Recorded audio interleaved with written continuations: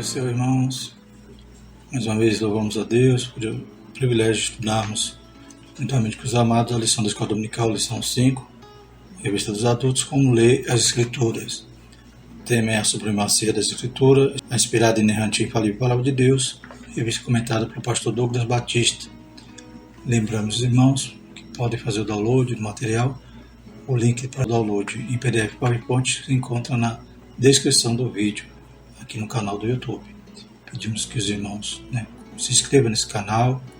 Se os irmãos estiverem assistindo porventura no Instagram esse vídeo, procure na bio, tem lá o link para o canal no YouTube. Se inscreva, compartilhe para que o material possa alcançar outros professores. Texto áureo: E correndo Filipe ouviu que lia o profeta Isaías e disse: Entendes tu o que lês? Atos 8:30.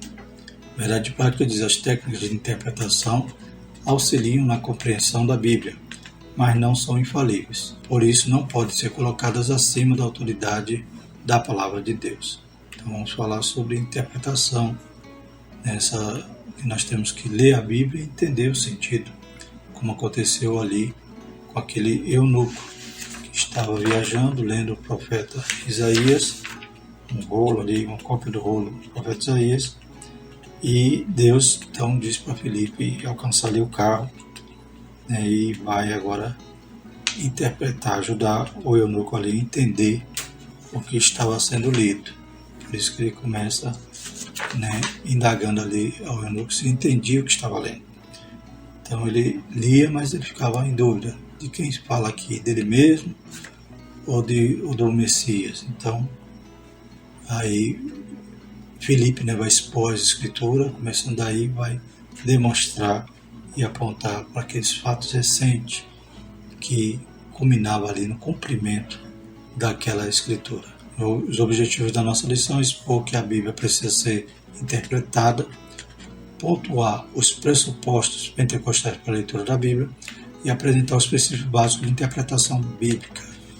Então estaremos, de forma resumida, tratando nessa aula sobre exegese e hermenêutica. Parece duas palavras em línguas estranhas, mas estaremos esclarecendo para os alunos o que significa. É claro que aqui é um estudo panorâmico a respeito dessa temática, mas nos dá uma base que todo leitor da Bíblia precisa ter para poder examinar a Escritura.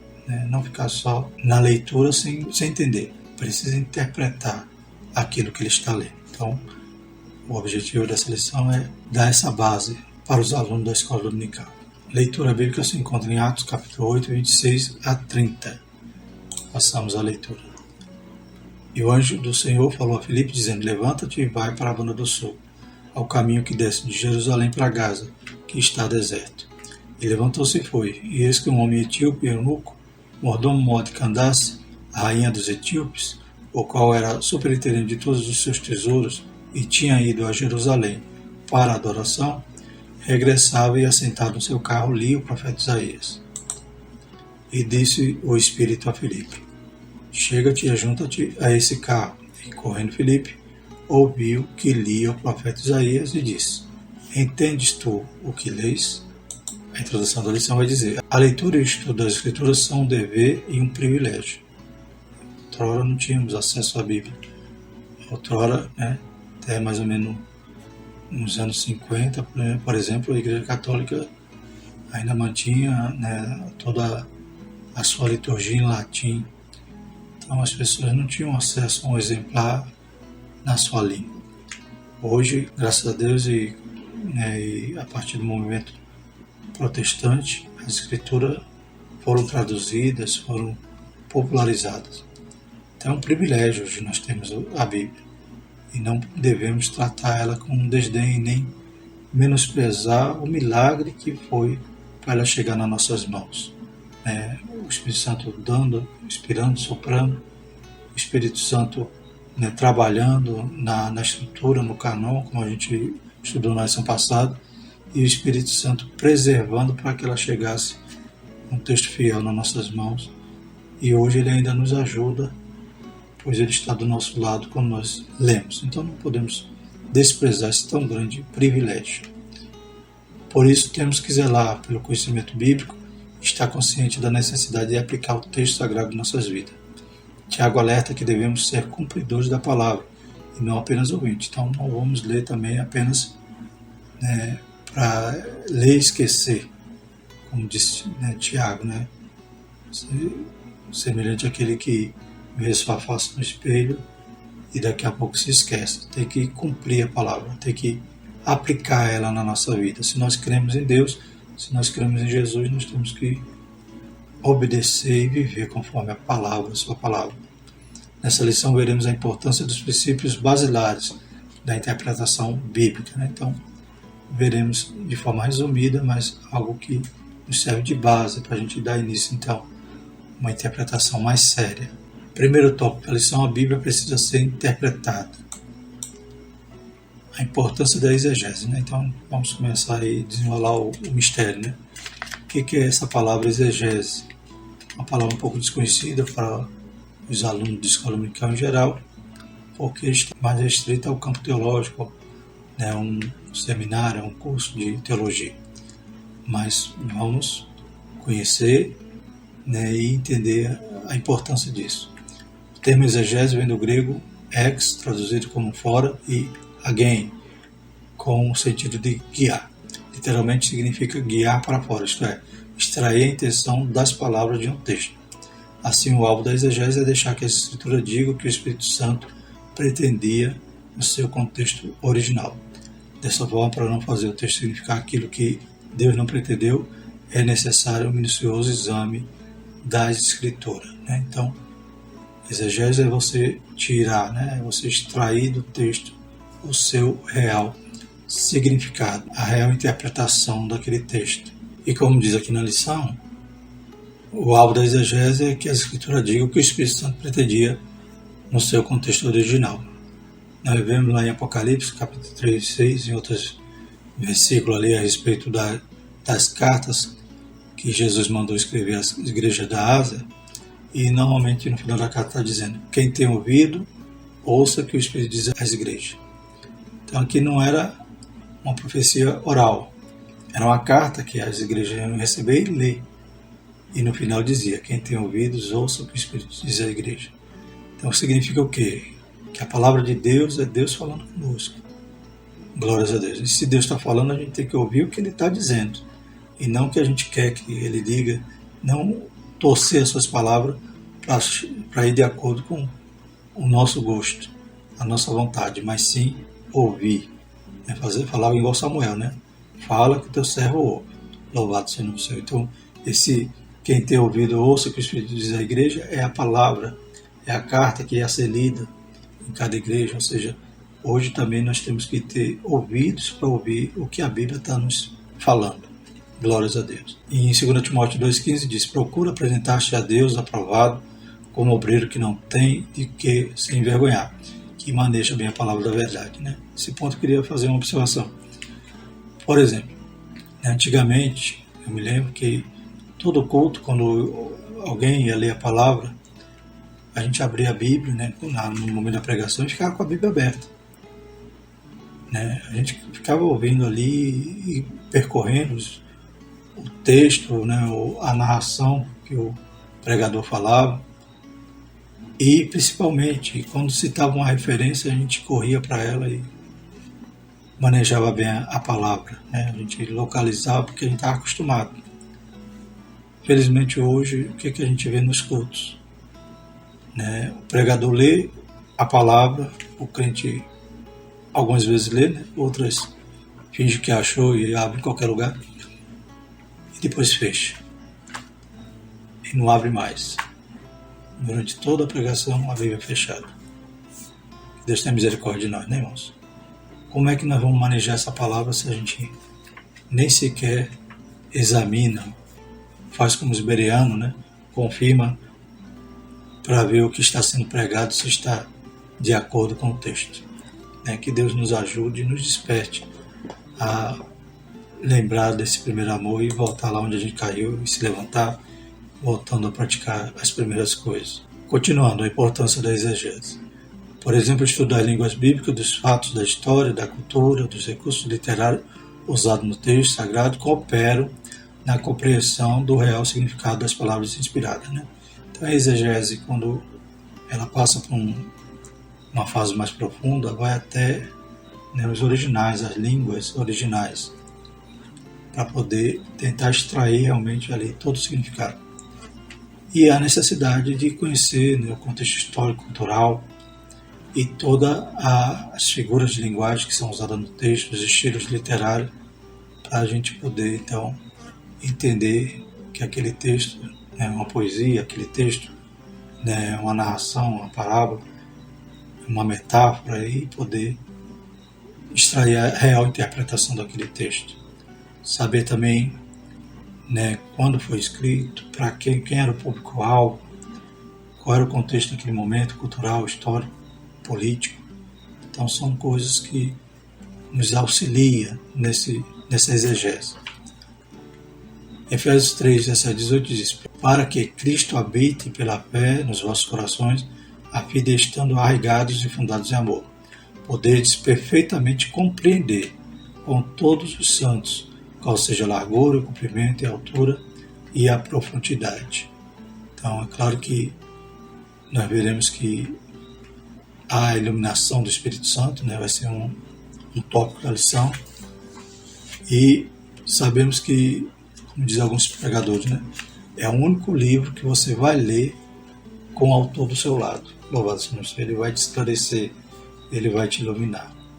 Glórias a Deus. E aqueles textos mais complicados, né, mais complexos, então teremos ali um mestre que vai trabalhar nessa exegese, um pastor que vai buscar essa interpretação para ajudar, e como diz aqui, né, poderes perfeitamente compreender com todos os santos qual seja a largura, o comprimento e a altura e a profundidade do amor de Deus, né? Louvado seja o nome do Senhor.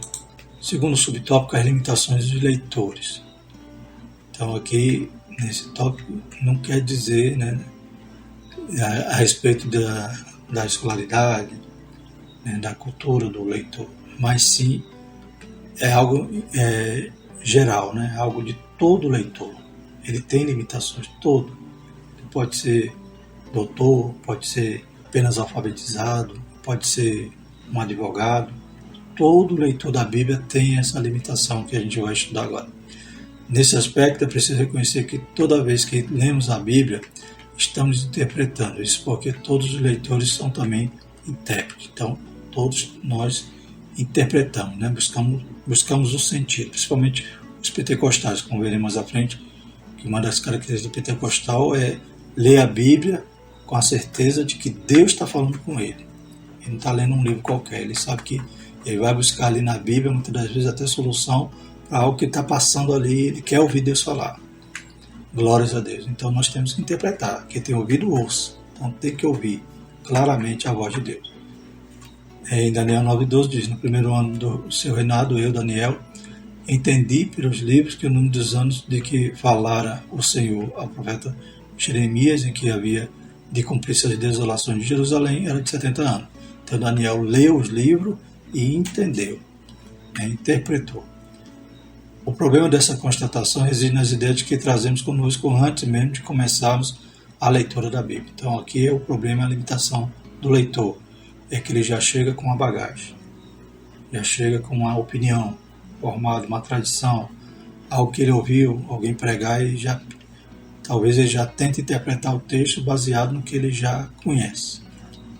Mas nós temos que nos despir, né, de toda essa convicção, né, e buscar realmente o que Deus está falando conosco ali naquele texto. Principalmente, né, uma tradição que não foi baseada na Bíblia. Às vezes recebemos até um ensino, uma pregação que, né, foge realmente da verdade bíblica. Então a gente tem que vigiar e ter humildade. Falar: Deus, fala que teu servo ouve.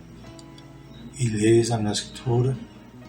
Quando Paulo pregava ali os bereanos, eles examinavam para ver se Paulo estava falando, né, algo que tinha nexo ali com as Escrituras, porque Paulo estava falando de Cristo, mas apresentando Cristo no Antigo Testamento. Então eles iam buscar lá nas profecias para ver se realmente era aquilo.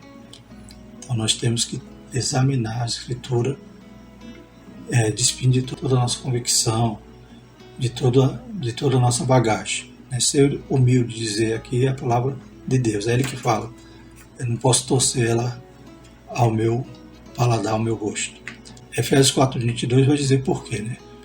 Porque quanto ao trato passado, vos despojeis do velho homem, que se corrompe pela concupiscência do engano. Então, como nosso velho homem pecador, muitas das vezes, né, se eu for com essa disposição para ler a Bíblia, eu não vou compreender. Eu tenho que ir com a disposição espiritual.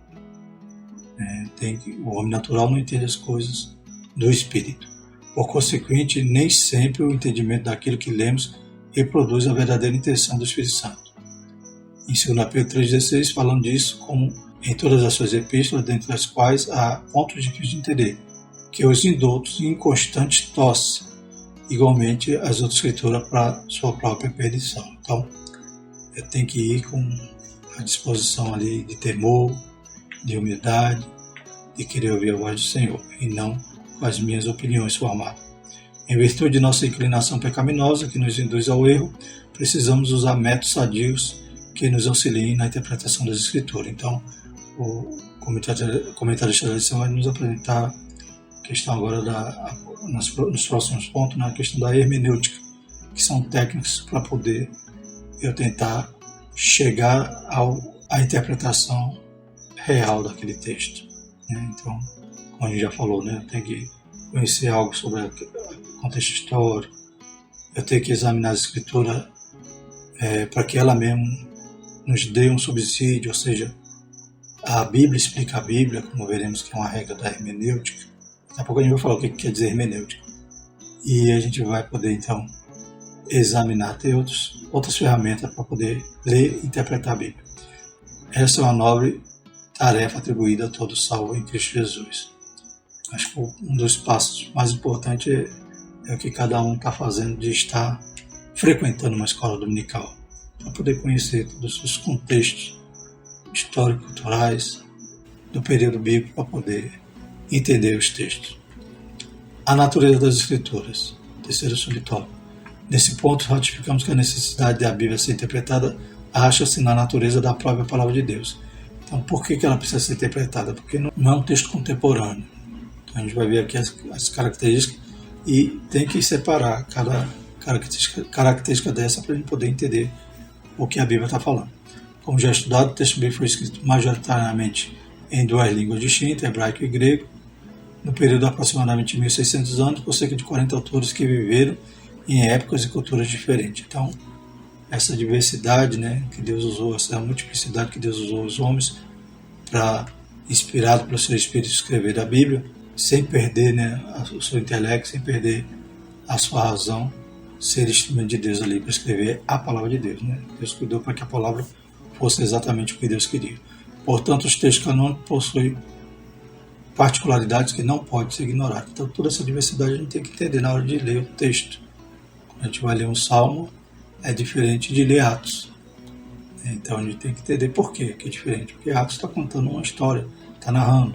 Salmo é algo que está ali sendo proclamado, uma adoração.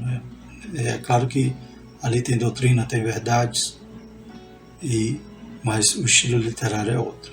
Dentre tantas, podemos citar as narrativas, poesias, crônicas, as profecias, as parábolas, que precisam ser interpretadas sob a orientação do Espírito Santo, observando as regras gramaticais e o contexto histórico e literário de quando foram redigidas. Mateus 5,18 diz: porque em verdade vos digo que até que o céu e a terra passem, nem um jota ou um tio jamais passará da lei, sem que tudo seja cumprido. Então nós temos a ajuda do autor. Ele está do nosso lado.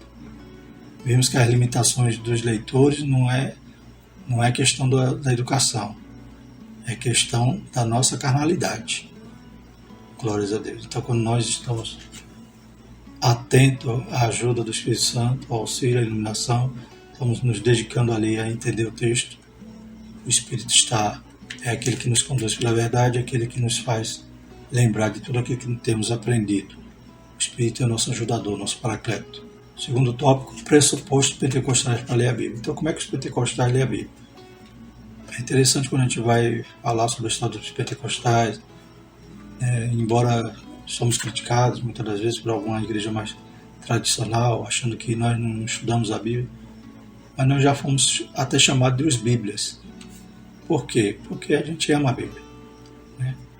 Ainda aquele crente que não sabe nem ler, talvez ele tenha a sua Bíblia e aprende a ler na Bíblia. E como eu falei, né, nós temos uma forma diferente de ler a Bíblia, de nos relacionar com ela. Então é algo especial que o Espírito Santo, só o Espírito Santo pode fazer isso conosco. Primeiro pressuposto, né, dos pentecostais, nós cremos na autoridade da Bíblia, como nós já temos estudado nesse trimestre. Uma das marcas do pentecostalismo é o seu compromisso inegociável com as Escrituras. Cremos na inspiração divina, verbal e plenária da Palavra de Deus, nossa autoridade final em questões de fé e prática. Então nós sabemos que toda palavra, toda a Escritura é divinamente inspirada. E já estudamos que a inspiração veio de Deus, que é verbal, né? Todas as palavras que estão na Bíblia, né, dos autógrafos, lá dos textos originais, foi aquela que Deus queria que estivesse. Plenária, né? Então todos os livros da Bíblia têm a mesma inspiração, a mesma autoridade, né? Então essa crença, esse relacionamento que nós temos com a Bíblia é inegociável. Portanto, ao ler o livro sagrado, temos como pressuposto inerrância e infalibilidade. Tudo que está escrito é verdadeiro e serve para o nosso ensino. Como diz Romanos 15:4, porque tudo que dantes foi escrito, para o nosso ensino foi escrito, para que pela paciência e consolação das Escrituras tenhamos esperança. Então, qual a diferença do pentecostal? É que quando ele vai ler a Bíblia, ele sabe que é Deus falando com ele. É claro que aquela máxima que a gente já viu que é errônea, né, de dizer que o livro aberto é a boca de Deus e fechado é um livro, isso é mentira, né? Continua sendo Deus falando ali. Você que tem que abrir os ouvidos, não? Mas continua sendo a palavra de Deus, tanto fechado como aberto. Mas nós cremos que quando lemos a palavra de Deus, é Deus falando conosco. Glórias a Deus. E nós vamos buscar ler a palavra de Deus, muitas das vezes buscar alguma resposta, alguma solução para algo que nós estamos passando, porque nós cremos que ali é a palavra de Deus. Nessa compreensão, refutamos a relativização e a desobediência aos preceitos bíblicos. Então, no pentecostal, não cabe renovar a Bíblia ou reformar a Bíblia, como alguns estão dizendo por aí. Não cabe, né, criar versões da palavra de Deus deformadas ou mutiladas para cumprir o propósito ou o gosto de algum grupo que acha que aquilo ali é ultrapassado, aquilo ali lhe ofende. Não, nós queremos que é a boca de Deus, a palavra de Deus, e por isso nós obedecemos, né, e refutamos qualquer relativização. Acatamos suas doutrinas, reconhecemos a realidade do sobrenatural, inclusive isso, né, só a Escritura. Né, os pentecostais realmente vão ao pé da letra dessa bandeira, né? Então nós queremos que tudo que está na Bíblia é real, sobrenatural. Os dons espirituais não cessaram, então nós queremos que, aleluia, que o que está na Bíblia é real e é para nossos dias também. Então nós cremos na realidade sobrenatural, na literalidade dos milagres, a atualidade do batismo no Espírito Santo, os dons espirituais. Então achar que isso aí ficou passado é você também de alguma forma, né, mutilar a Bíblia. Atos 2,39 diz, porque a promessa vos diz respeito a vós, aos vossos filhos, e a todos os que estão longe, a tantos quanto Deus, nosso Senhor, chamar. Aqui falando sobre a promessa do batismo com o Espírito Santo. Segundo o subtópico, a iluminação do Espírito Santo. Então é um dos pressupostos também dos pentecostais, é que o Espírito Santo nos ajuda a interpretar. Ele nos ilumina, né? Até aquele mais iletrado, aleluia, Deus revela ali coisas maravilhosas na sua palavra. Glórias a Deus. Vemos aqui que não é uma nova revelação, mas é o que está na palavra. Glórias a Deus. Então nós queremos nessa ajuda que o autor está do nosso lado lendo conosco. A doutrina da iluminação se refere à atuação do Espírito Santo na vida do crente que o capacita a discernir as verdades da palavra de Deus. Em Efésios 1, 17 e 18 diz, para que o Deus de nosso Senhor Jesus Cristo, o Pai da glória, vos dê em seu conhecimento o espírito de sabedoria e de revelação, tendo iluminado os olhos do vosso entendimento, para que saibais qual seja a esperança da sua vocação e quais as riquezas da glória da sua herança nos santos. Glórias a Deus. Somente o estudo racional não é suficiente para o entendimento da revelação escrita de Deus. Então, só intelectualmente eu não vou compreender, eu preciso do Espírito Santo para entender as coisas espirituais. Contudo, a iluminação não é a fonte paralela de revelação. Então, Deus não vai me dar uma nova revelação, ou seja, o texto ali eu vou... Não, irmão, isso aqui quer dizer outra coisa. Uma coisa nova que Deus me revelou agora. Não, Deus vai me revelar o que Ele disse. Quem tem ouvido, ouça o que o Espírito Santo diz à igreja. Então, o que Deus disse. Louvado seja o nome do Senhor. E nem substitui o exame da Escritura, ao contrário, pois à medida que estudamos, o Espírito nos concede a compreensão. Então, outro ponto. Também não podemos achar que uma simples leitura superficial, o Espírito Santo vai me iluminar. Eu tenho que examinar.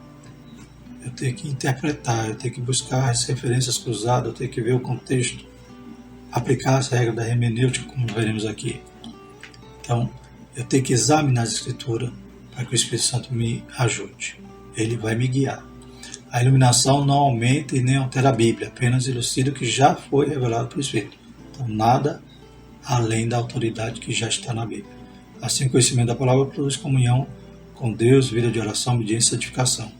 2 Pedro 1,3 diz: visto como o seu divino poder nos deu todo o que diz respeito à vida e piedade, pelo conhecimento daquele que nos chamou pela sua glória e virtude. O terceiro pressuposto pentecostal para ler a Bíblia é o valor da experiência. Nós entendemos que, por exemplo, em Atos, em Lucas, toda a narrativa ela também pode nos trazer uma construção doutrinária. Então, cremos ali nos milagres, no sobrenatural, e essa experiência que nós provamos, que já está na Bíblia, que é bíblica, glórias a Deus. Então, ela faz parte do nosso pressuposto para interpretar a Bíblia. O texto sagrado é útil para o ensino, repreensão e correção a fim de tornar o salvo perfeito. Essas declarações demonstram que a Bíblia deve ser aplicada ao nosso viver diário. Então, o que está lá na Bíblia tem uma aplicação tanto prática como doutrinária na minha vida. As verdades bíblicas são confirmadas quando experimentadas pela Igreja do Senhor. Então, quando um crente ora para o enfermo e o enfermo é curado, glórias a Deus, nós sabemos que essa experiência é porque já tem na Bíblia, que a Bíblia nos diz: imporão as mãos sobre os enfermos, glórias a Deus. E eles, tendo partido, pregaram por todas as partes, cooperando com ele o Senhor, confirmando a palavra com sinais que se seguiram. Amém. Marcos 16:20. Então nós cremos que os sinais seguiriam os que creem. Cremos na experiência do batismo nas águas, da salvação, da transformação. Nós cremos que Deus transforma, santifica. Por isso que a gente faz apelo, a gente convida, a gente crê que aquele pecador ele pode ser uma nova criatura, louvado seja o Senhor. Então, damos o valor à experiência, desde que ela esteja contida nas Sagradas Escrituras. Nesse aspecto, por exemplo, cremos que o livro de Atos não apenas descreve a experiência pentecostal da igreja primitiva, como também torna válida para os nossos dias. Então, toda aquela narrativa também tem uma construção doutrinária, e nós cremos assim. E disse-lhes Pedro: arrependei-vos, e cada um de vós seja batizado em nome de Jesus Cristo para o perdão dos pecados, recebereis o dom do Espírito Santo.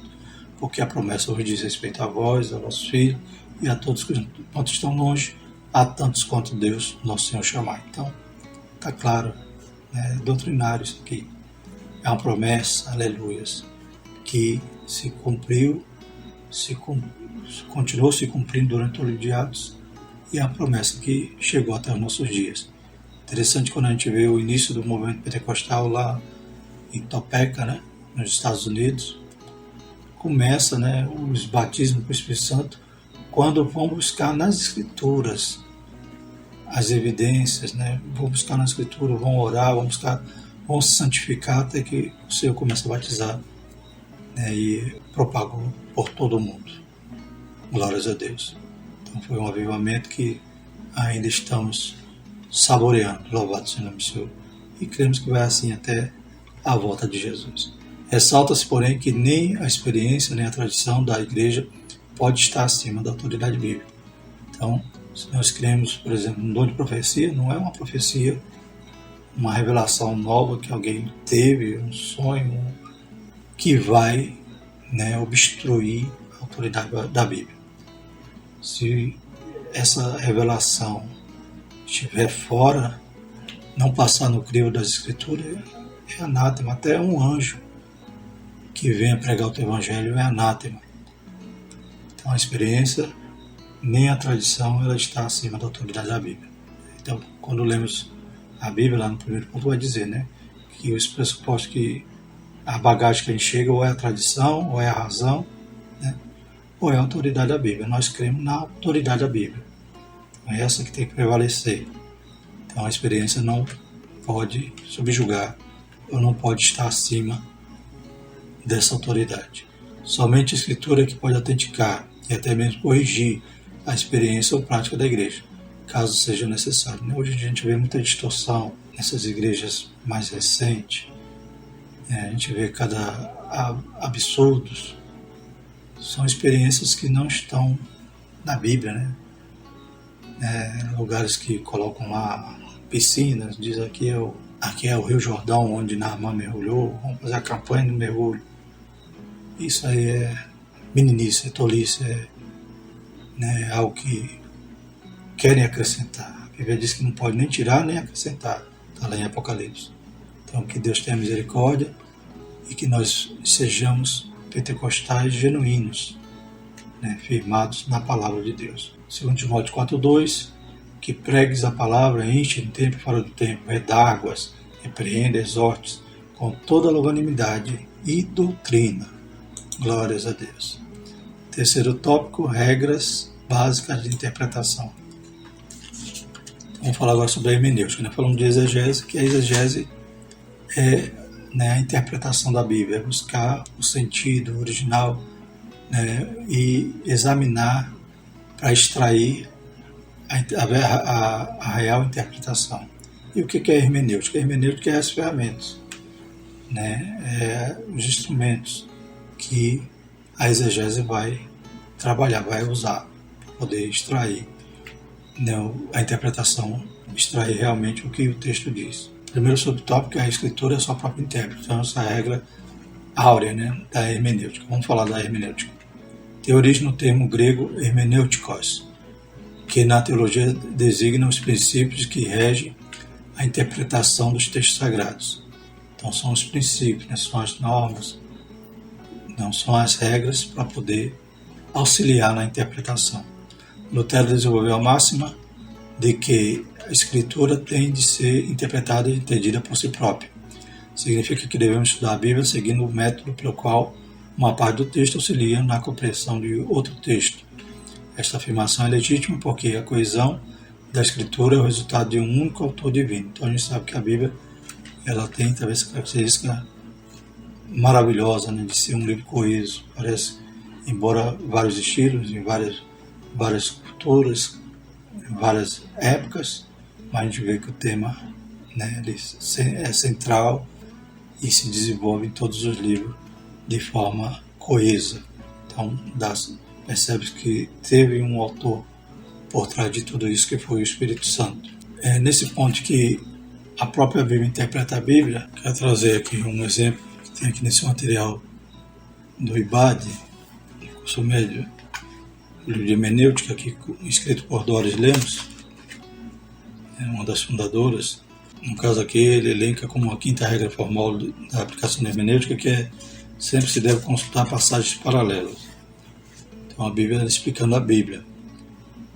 E diz o seguinte aqui, em Mateus 7,7, Jesus afirmou, pedi e dá-se-vos-á. Algumas pessoas enxergam esse texto de uma forma direta, como se um gesto mágico, tudo que uma pessoa pedir alcançará. É como se Deus colocasse um cheque em branco, que pode ser preenchido por qualquer pessoa, em qualquer hora. E ele, que é fiel cumpridor das promessas, prontamente deve atender ao pedido. Então lá em Mateus 7, que vai falar, pedir, dá-se-vos-á, bater, abre-se-vos-á. Então, esse texto alguém poderia pensar, não, tudo que eu pedir, Deus vai ter que dar. Agora, como é que eu posso interpretar esse texto? Então, a Bíblia vai explicar a Bíblia. Aí, numa consulta cuidadosa, em paralelas de palavra, o leitor observará que Jesus falou acerca desse assunto. Por exemplo, em Marcos 11:24, ele declara que será necessário pedir com fé. Então, não é só pedir com fé. O mestre foi mais além e declarou para os seus discípulos que há duas condições para que recebamos o que pedimos, como mostra João 15:7. Se vós estiverdes em mim e as minhas palavras estiverem em vós, pedireis tudo o que quiserdes e vos será feito. A gente percebe que o pedir não se limita àquilo, a gente tem que ir atrás da Bíblia para entender o significado, né? Então, que outra condição, além de ser com fé, tem que eu estar, né, em Jesus e essa palavra dele também em nós. E às vezes encontramos a conjunção se em algumas passagens bíblicas. O leitor deve ficar atento que quase sempre são condicionais, exigidas por Deus, para que o seu povo obtenha as promessas. A Epístola de Tiago 4,3 ensina expressamente que é possível pedir e não receber. Por quê? Porque pedimos mal e com motivos egoístas. E em 1 João 5,14 o apóstolo nos admoesta que Deus ouvirá o nosso pedido segundo a vontade dele. Então a gente percebe que a própria Bíblia vai elucidar, né, esse pedir dá-se-vos-á. Não é um cheque em branco, né? Mas tem que ter fé, tem que estar com a palavra de Deus, estar em Jesus, tem que pedir, né, com motivo altruísta, motivo certo e conforme a vontade de Deus. Peço e não ganho e não recebo porque peço mal, como diz em Tiago. Então a Bíblia, explicando a Bíblia. Provérbios 35:6 diz: toda a palavra de Deus é pura, escudo é para os que confiam nele. Nada acrescente às suas palavras, para que não te repreenda e seja achado mentiroso. Embora esse método seja legítimo, o estudo da Escritura precisa do auxílio de regras básicas para uma correta interpretação. Então, a gente está vendo aqui a primeira regra da hermenêutica. É uma palavra difícil, exegese, hermenêutica, mas a gente está entendendo aqui o básico, né? Segundo subtópico, princípios da interpretação bíblica. Dentre os princípios gramaticais, históricos e literários, enfatizamos que o texto bíblico tem sentido único e sempre que possível deve ser interpretado literalmente, né? Então, quando é possível, a gente interpreta o texto literalmente. Essa interpretação os pentecostais fazem, né, baseado no método, né, histórico-gramatical. Ele vai ver o sentido, vai ver, né, que aquele, a princípio, vai buscar o sentido literal. Claro que vai encontrar casos que são metáforas, são alguma figura de linguagem que vai entender que aquilo ali simboliza alguma outra coisa, significa. Mas eu não posso, né, fazer alegoria de tudo, porque a Bíblia não é alegoria. Por exemplo, os amilenistas interpretam que o milênio, lá em Apocalipse, né, é simbólico, não é literal. Para eles já começou o milênio, já tem 2000 anos o milênio está acontecendo. E para eles Satanás já está amarrado, não sei como, né? Mas nós interpretamos literal aquele texto. Então nós cremos que depois do arrebatamento da igreja, vem a grande tribulação, depois vem a volta gloriosa de Jesus e começa o milênio. Só no início desse milênio que Satanás será preso. Então nós fazemos essa interpretação, né, usando esse método histórico-gramatical. Porém, outros interpretam de forma alegórica, sem ser, né? A gente sempre vai buscar o sentido literal. E é claro que em determinado texto a gente vai ver que não é literal. A gente usa, né, e vê qual foi a figura de linguagem que foi utilizada ali para poder interpretar aquele texto. Nesse aspecto é preciso tomar cuidado com as expressões de uso simbólico e alegórico. Por exemplo, Cristo disse: tomai e comei, isto é o meu corpo.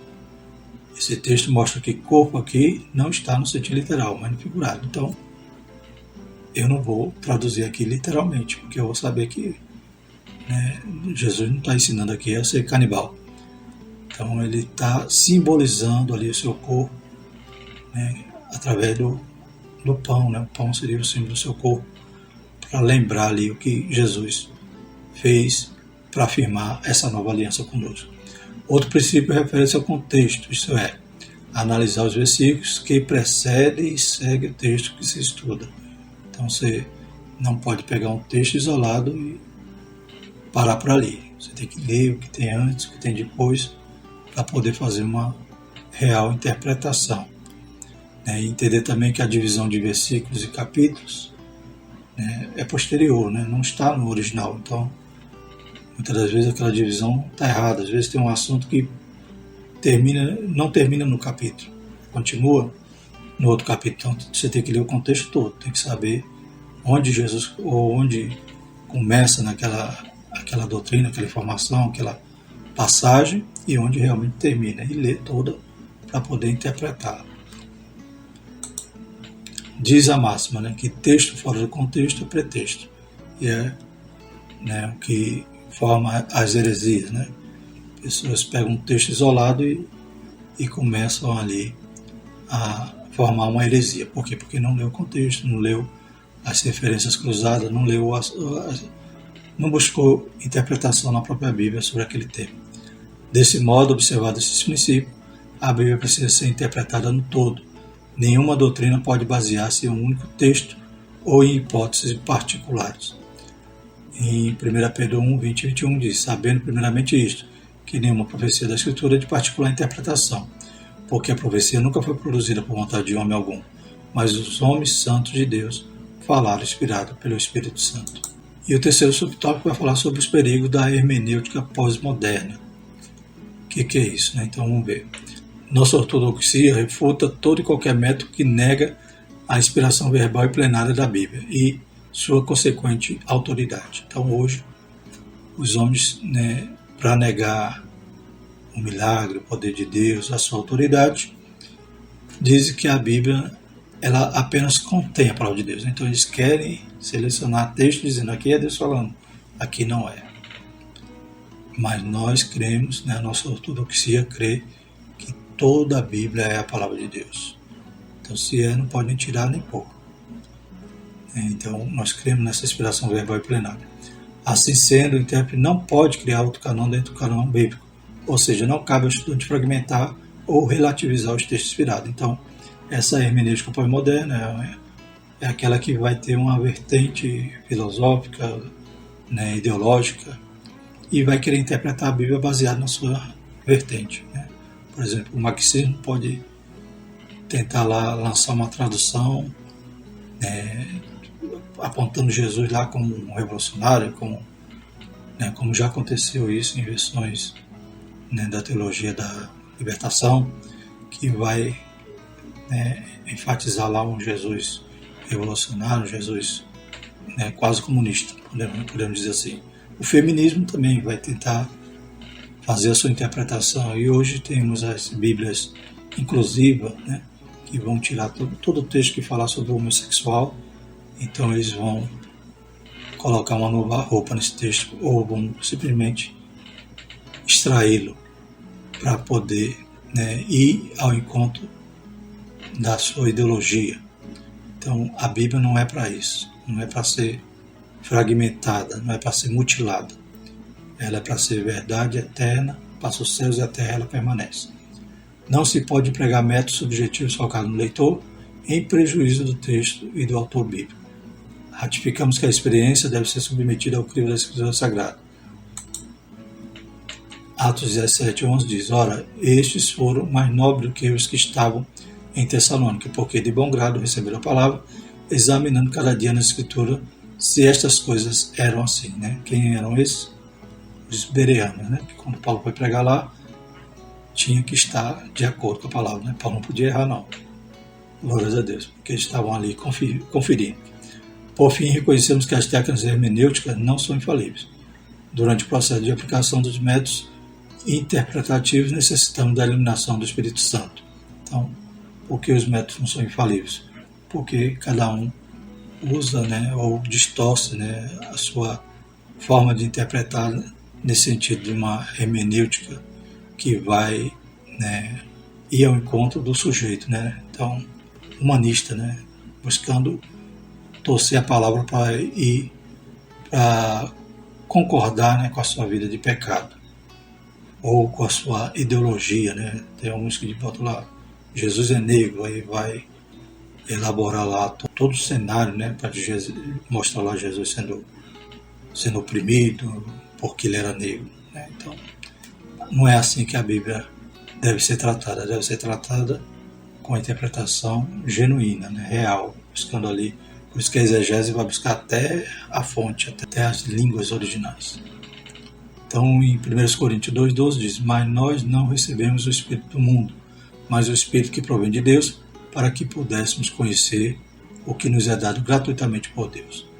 Em João 16,13, mas quando vier aquele Espírito de verdade, ele vos guiará em toda a verdade, porque não falará de si mesmo, mas dirá tudo o que tiver ouvido e vos anunciará o que há de vir. Então, a palavra de Deus, ela é uma verdade, e é uma verdade absoluta, não muda. Não é para ser renovada, entre aspas, como muitos querem, mas renovado ao seu gosto.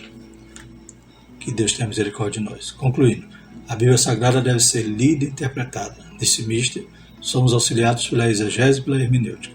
Contudo, nenhuma das técnicas de interpretação estão acima da autoridade da palavra de Deus.